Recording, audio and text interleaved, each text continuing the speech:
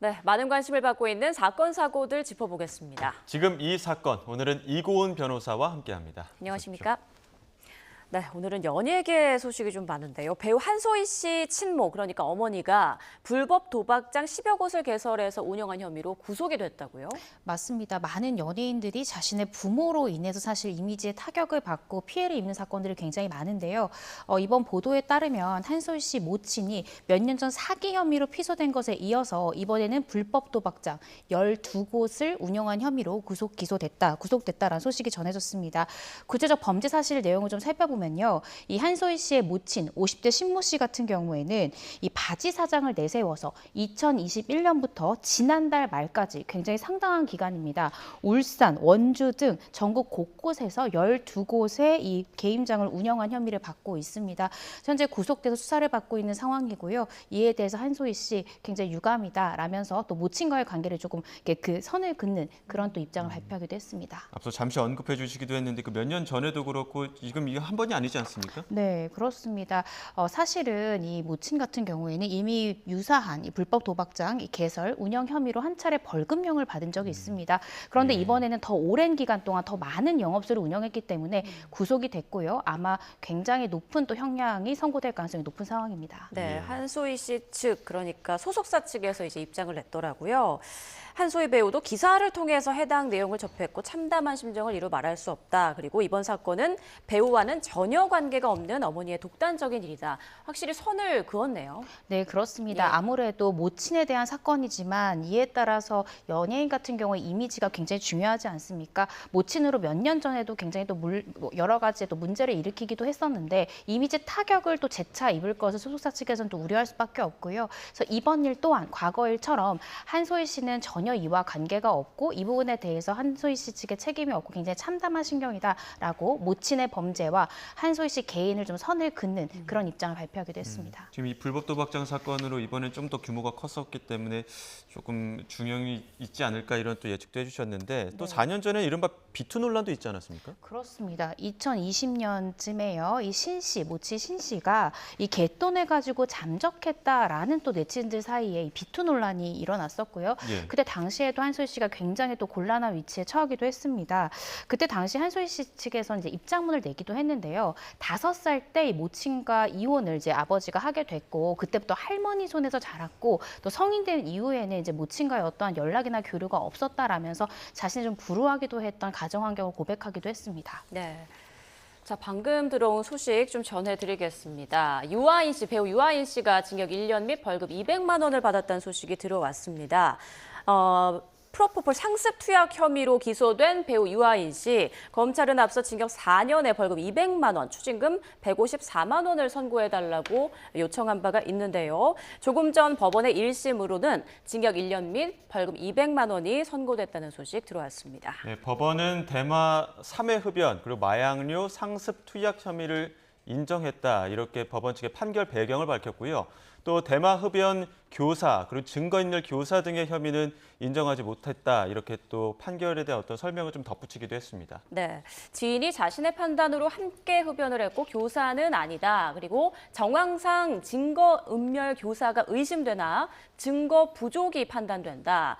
그리고 마약류 181회 상습 투약에 타인 명의의 상습적으로 매수가 있었고 범행 기간 횟수, 방법 등을 고려해서 엄중 처벌이 불가피하다. 그리고 죄질이 나쁘다라는 발언도 있었던 것으로 전해집니다. 지금 법정 구속됐다는 소식이 현장에서 들리고 있거든요. 혐의부터 시작해서 이제 법정 구속된 배경까지 좀 짚어볼까요? 네, 유아인 씨가 받았던 혐의는 총 8가지로 정리를 해볼 수 있습니다. 본인이 직접 인정하기도 했던 대마 흡연 혐의도 있었고요. 또 마약류 관리법 위반 향정 혐의, 또 이 대마 흡연을 이 공범에게 교사했다는 혐의도 있었고요.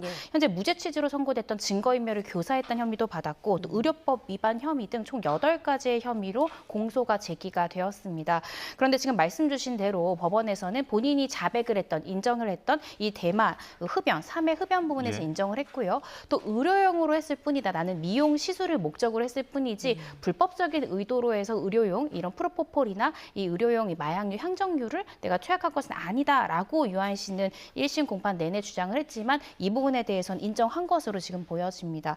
그래서 지금 본인이 부인했던 것 중에 인정됐던 부분은 이 마약류 투약법, 마약류 관리에 관한 법률 향정 부분에서 의료용 프로포폴 등 의료용 이 마약성, 이 향정신성 의약품을 불법으로 투약한 혐의를 본인이 부인했지만 인정이 된 거고요. 예. 공범에 대해서 대마 흡연을 하라고 교사를 하고 또 본인의 혐의를 좀 감추기 위해서 공범에게 뭐 해외에 도피하라 혹은 나에게 좀 유리하게 진술을 해달라라고 회유, 협박했던 이 부분에 대해서는 혐의가 인정되지 않은 것 같습니다. 그러니까 상습 투약은 인정이 됐는데 네. 교사는 인정이 안 된 거군요. 네. 자, 그렇다면 앞서 검찰이 징역 4년을 구형을 했는데 이번에 징역 1년 및 벌금 200만 원 나왔잖아요. 이 네. 정도 처벌 어떻게 보세요?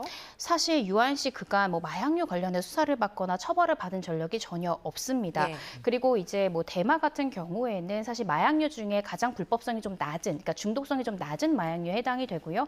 나머지는 의료용 마약류, 향정신성 마약류에 해당을 하는데 본인이 투약한 횟수가 상당히 많지만 초범이고 또 사회적으로 굉장히 알려진 공인이라는 신분을 고려할 때 실형 선고보다는 집행유예가 나오지 않을까 예상하는 분들도 많았을 것 같습니다. 예. 그럼에도 불구하고 본인이 혐의를 일부 부인했다라는 것도 이제 진지한 반성으로는 보지 않을 것 같고요. 또 재범 가능성도 굉장히 높다. 왜냐하면 투약 횟수가 수백 회에 이르기 때문에 재범 가능성 또 공인으로서 가지는 또 이 사건의 파급력 등을 고려해서 1심 법원에서는 유아인 씨에 대해서 실형을 선고하고 법정 구속한 것 같습니다. 앞서 구속영장 신청했을 땐 도주 우려에 대해서는 어떤 그 판단이 없었는데 이번에 법원에서는 유아인 씨가 도주 우려 염려돼서 법정 구속했다 이렇게 더 밝히기도 했거든요. 이거 어떻게 봐야 됩니까? 당시에 구속영장이 청구됐을 때는 네. 법원의 판결이 아니라 수사 과정 중에 구속영장 청구됐습니다.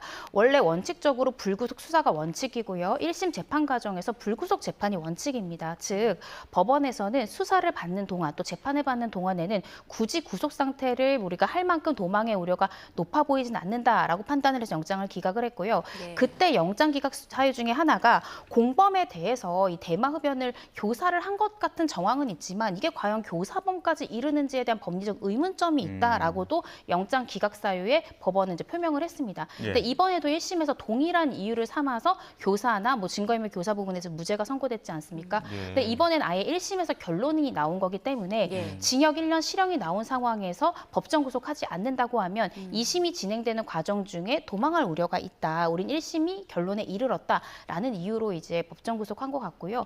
보통 많은 경우에 1심에서 실형이 선고되면 법정 구속되는 것이 통상적입니다. 네, 1심 재판부는 마약류에 대한 경각심이 부족하다, 관련 규제를 경시하는 모습을 보였다, 이런 판단도 있었던 것으로 전해지고요. 유아인 씨는 이번 판결과 관련해서 심려와 걱정을 끼쳐서 죄송하다, 이런 입장을 밝힌 것으로 전해지고 있습니다. 자, 그러면 법정 구속이 됐으면 이제 구치소로 향하게 되는 건가요? 네, 그렇습니다. 일단 구치소로 이동한 다음에 아마 교도소로의 이감 여부가 결정이 될 것 같은데요. 예. 사실 이 사건은 만약에 실형이 선고된다라고 하면 법정 구속이 될 가능성이 높다는 것은 저희가 쉽게 예측할 수 있었습니다. 왜냐하면 사기 범행처럼 피해자가 분명하고 피해자와 합의를 위해서 1심에서 구속하지 않되 피해자와 가서 합의를 해라라고 기회를 부여하는 사건의 종류가 아니라 이 사건은 마약을 내가 투약한, 즉 피해자가 본인, 어떻게 생각하면 자신 본인이잖아요. 예. 피해자가 없는 범죄에 해당하기 때문에 2심에서도 사실 뚜렷한 어떤 양형의 감경이 될 수 있는 사유가 없습니다. 그래서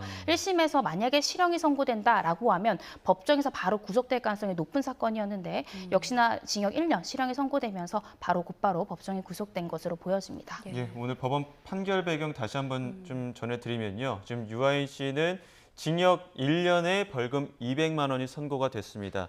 법원에서는 도주 우려가 염려돼서 법정 구속한다 이렇게 밝히기도 했고요.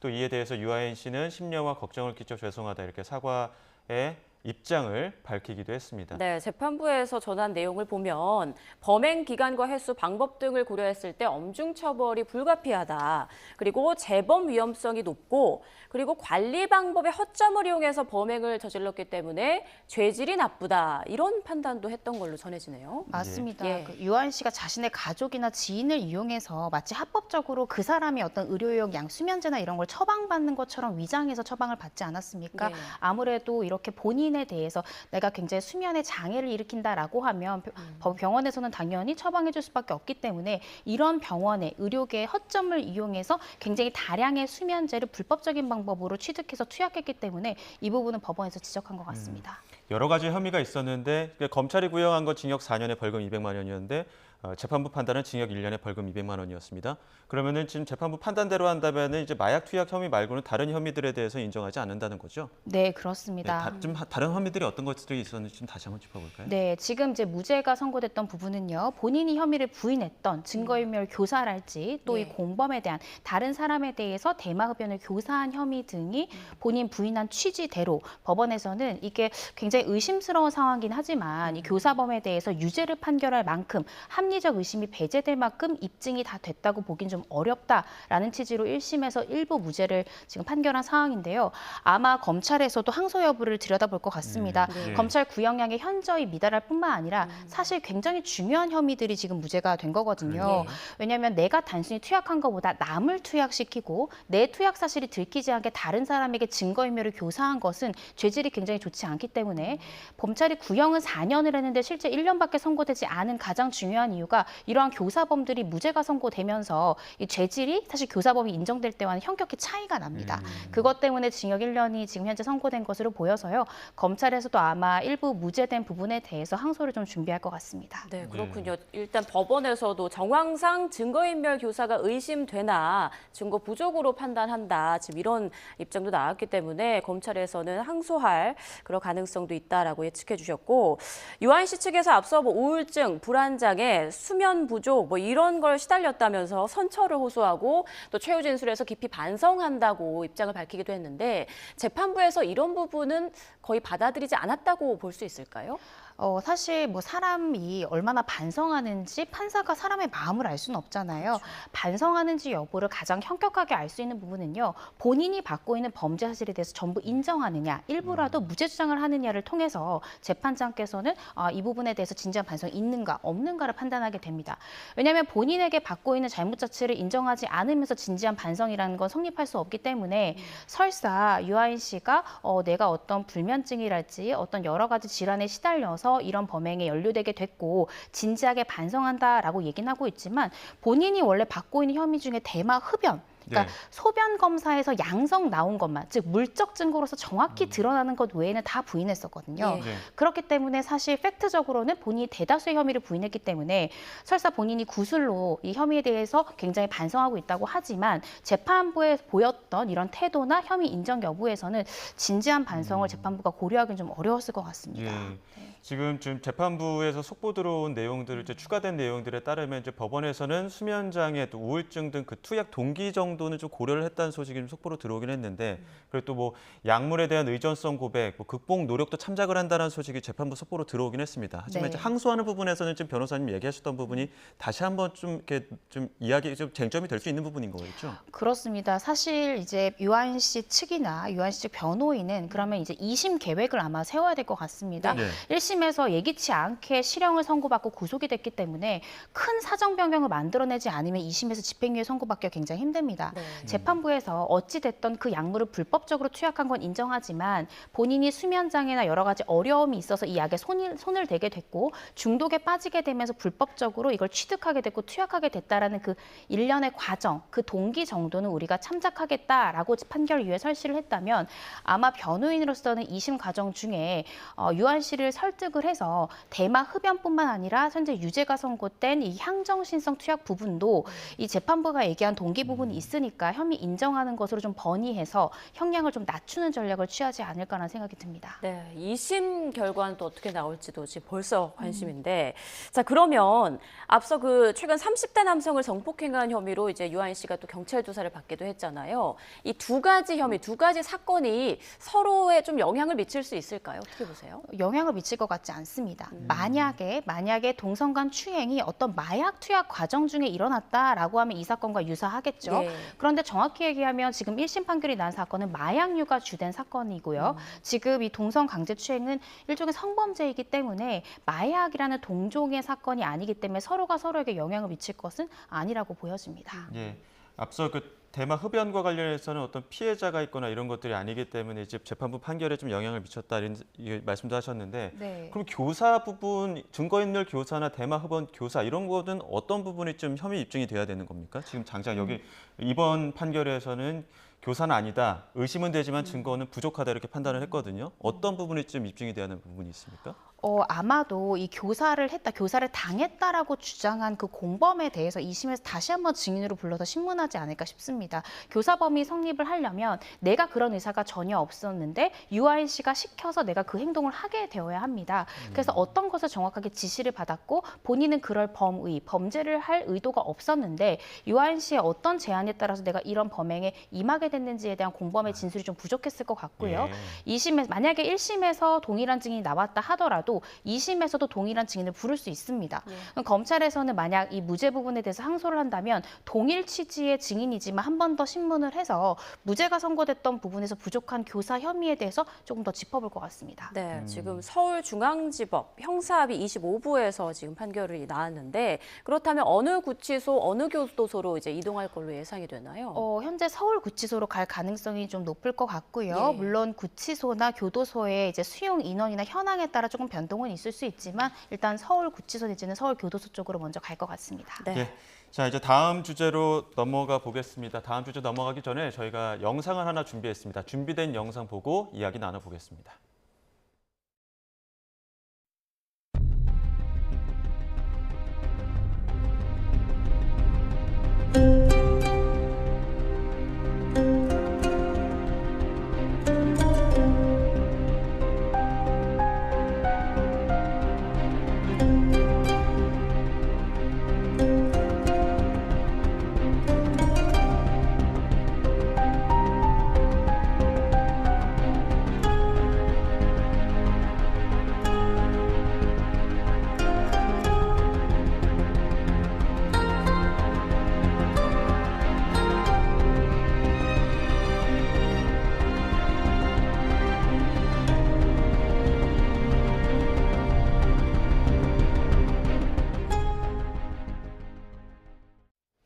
네, 경찰이 텔레그램 본사에 대한 입건전 조사, 그러니까 내사에 착수한 건데 어떤 부분쯤 들여다보는 겁니까?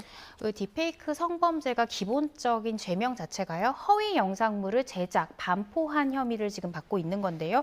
이러한 허위 영상물을 편집하거나 반포하는 것에 있어서 익명성이나 보안성이 굉장히 뛰어난 이 텔레그램 어플을 이용해서 그 텔레그램 방에서 범행이 일어났잖아요. 예. 그래서 이 텔레그램이라는 회사 자체가 이러한 허위 영상물 편집 반포에 방조 혐의가 있는 것이 아니냐라고 경찰은 지금 보고 있고요. 내사를 하겠다라고 어제 밝혔습니다. 내사라 함은 아직 그 텔레그램에 관련된 인원에 대해서 정식으로 입건하기 전에 정식으로 입건해서 수사할지 말지를 여러 가지를 통해서 현재 고려를 하고 있는 수사 단계다, 내사 단계다라고 생각하시면 될 것 같습니다. 네, 그런데 텔레그램이 이제 보안성을 이유로 상당히 비협조적이라고 하던데요. 수사가 좀 잘 이루어질 수 있을까요?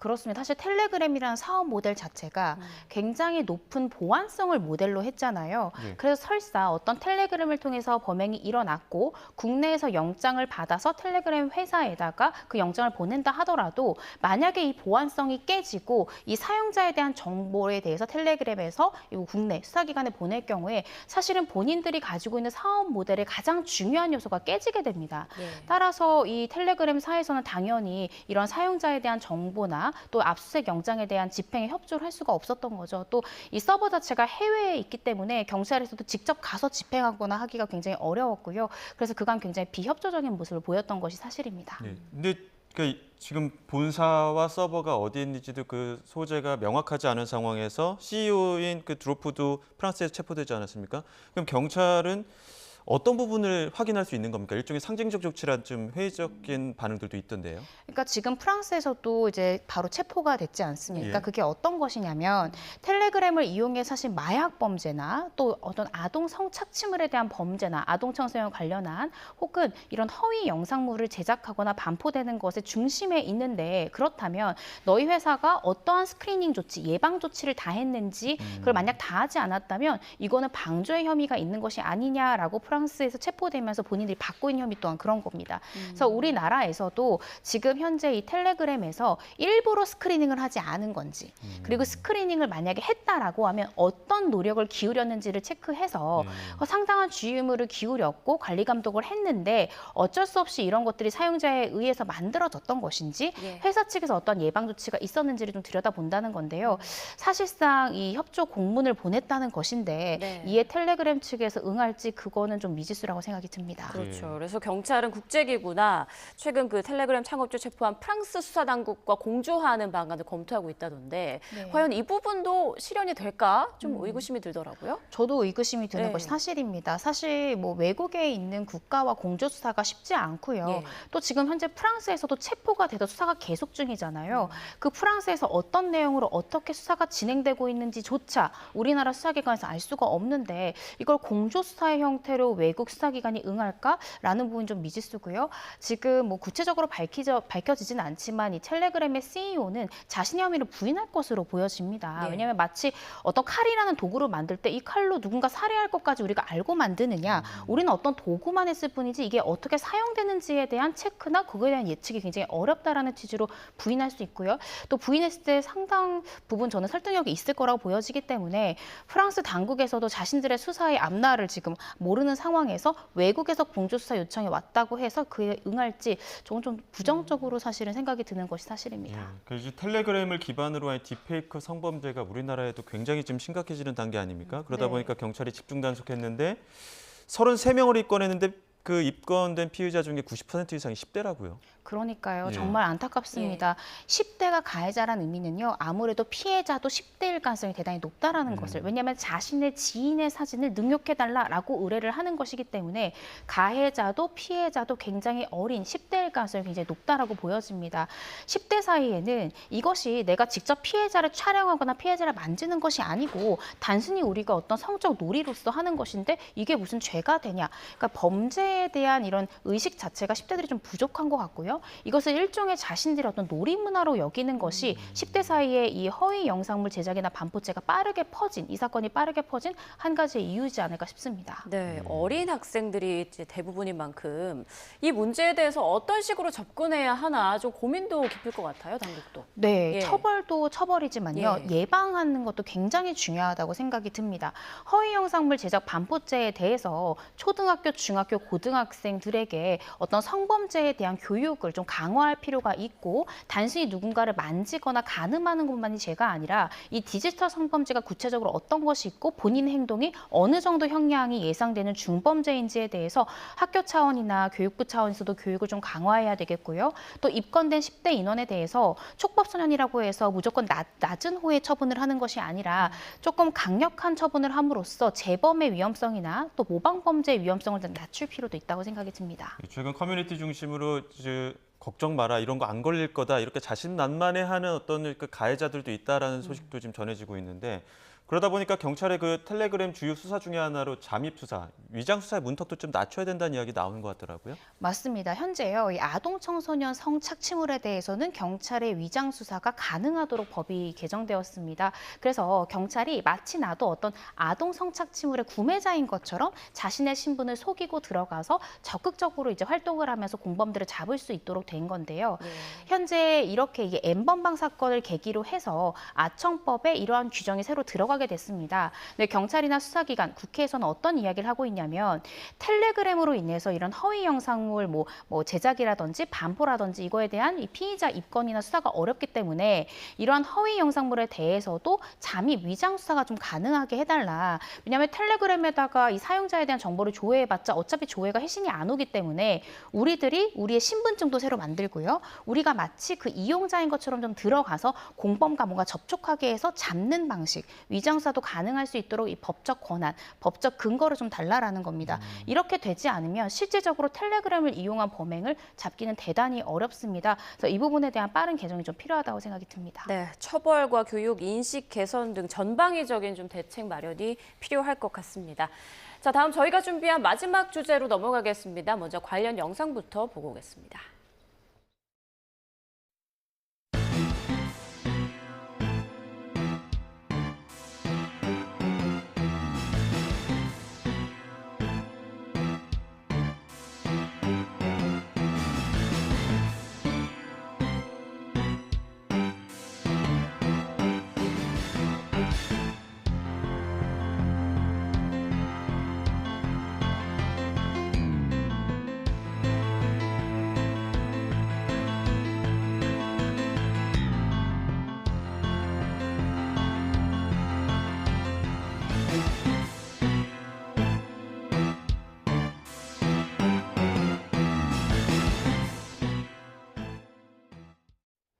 정말 황당하기 그지없는 그런 사건인데 제주의 한 식당에서 그 손님의 악성 민원으로 골머리를 앓고 있는 자영업자 사연인데요. 정확하게 어떤 일이 있었던 건가요? 네, 저도 너무 화가 납니다. 제주의 한 식당에 손님이 혼자 들어왔습니다. 혼자 식사를 잘했는데 갑자기 이 음식에 머리카락이 들어있다라고 하면서 점주를 불러다가 나는 음식값을 지불할 수 없다라고 얘기를 한 겁니다. 그런데 진위 여부를 이 업주는 확인할 수 없어서 빠르게 사과하고 이제 원하는 대로 이제 조치를 해주려고 했더니 다른 직원이 사장님 그건 사실이 아닙니다. 이 손님이 자신의 머리를 뽑아다가 그 음식물에 넣은 것이지 저희가 뭐 어떤 실수를 한 것이 아닙니다라고 얘기를 했고요. 그래서 업주가 화가 나서 경찰을 부르겠다라고 하니까 이 손님이 빠르게 계산을 한 다음에 식당을 나섰다는 겁니다.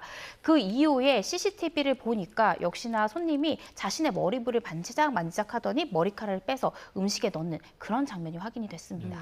저희가 계속 영상으로 보여드렸는데요. 굉장히 자연스럽게 머리 이렇게 빗는 듯 하더니 그 빠진 머리카락을 그 음식에 넣었습니다. 이게 CCTV 장면에 나왔으니까 다행히도 잡을 수 있었던 건데 더 충격적인 게 지금 이 손님이 식당에서 이런 일을 벌인 게 처음이 아니라고 하더라고요. 그렇습니다. 정말 화가 나는데요. 이 A 씨는 이전에도 여러 번 이 식당을 방문해서 똑같은 행동을 보였고 행패를 부렸다라는 겁니다. 요즘 가뜩이나 불황이고 또 제주도로 가시는 분들이 많이 줄어서 너무 이제 매출 하락으로 힘든데 이런 말도 안 되는 악성 민원을 제기하는 이 손님 때문에 굉장히 식당에서도 힘듦을 호소하고 있는 그런 상황입니다. 네, 지금 음식점에서 경찰을 부르겠다고 하니까 재빨리 계산하고 나갔다고 했잖아요. 네. 만약에 이걸 법적으로 어떻게 대처하려고 한다면, 접근하려고 한다면 어떤 혐의, 어떤 처벌을 내릴 수가 있는 건가요? 저도 이 부분을 좀 고민을 해봤는데요. 사기 미수죄가 성립하지 않을까라는 생각이 듭니다. 예. 마치 머리카락이 이 안에 들은 것처럼 이제 본인이 적극적으로 업주를 기망을 해서 음식값 상당액을 이제 본인이 면하려다가 미수에 그친 것이기 때문에 이건 사기 미수죄가 성립할 수 있지 않을까 싶고요. 이 부분에 대해서는 경찰에서 단순한 훈방 조치나 어떤 구두 경고에 그칠 것이 아니라 정말 사기 미수죄로 이 해당 인원을 적극적으로 좀 체포를 한다든지 아니면 직접 소환을 해가지고 죄가 인정된다면 엄중하게 처분을 하는 것이 저는 굉장히 중요하다고 생각이 듭니다. 지금 이 사건 같은 경우에는 CCTV가 그래도 그 모습이 담겨 있었으니까 반박을 할 수 있었는데 점주 입장에서는 요즘에 리뷰도 그렇고 강하게 대응하기 어렵지 않습니까? 좀 어떻게 대처해야 될까요? 그러니까 굉장히 어려울 것 같습니다. 네. 저도 이 사건을 보면서 CCTV는 반드시 설치해야 된다라는 생각이 들었는데요. 만약에 그런 사건이 발생을 했고 우리가 어떤 실수한 게 아니다라고 하면 사실 그 머리카락과 그 해당 그 악성 민원을 제기하는 사람과의 DNA 검사를 해보면 사실 알 수 있겠죠. 예. 그런데 그런 부분까지 사실은 일상에서 우리가 또 주장하기 굉장히 어려운 부분이 있기 그러니까요. 때문에 예. 만약에 그런 게 의심된다라고 하면 적극적으로 경찰에 신고하는 조치를 취하고요. 예. 경찰에서도 이게 사기인지 기망인지 여부를 좀 철저히 한번 수사를 해봐야 될 것 같습니다. 네, 정말 비상식적인 일들이 많이 일어나고 있습니다. 지금까지 이고은 변호사와 함께 주요 이슈들 짚어봤습니다. 고맙습니다.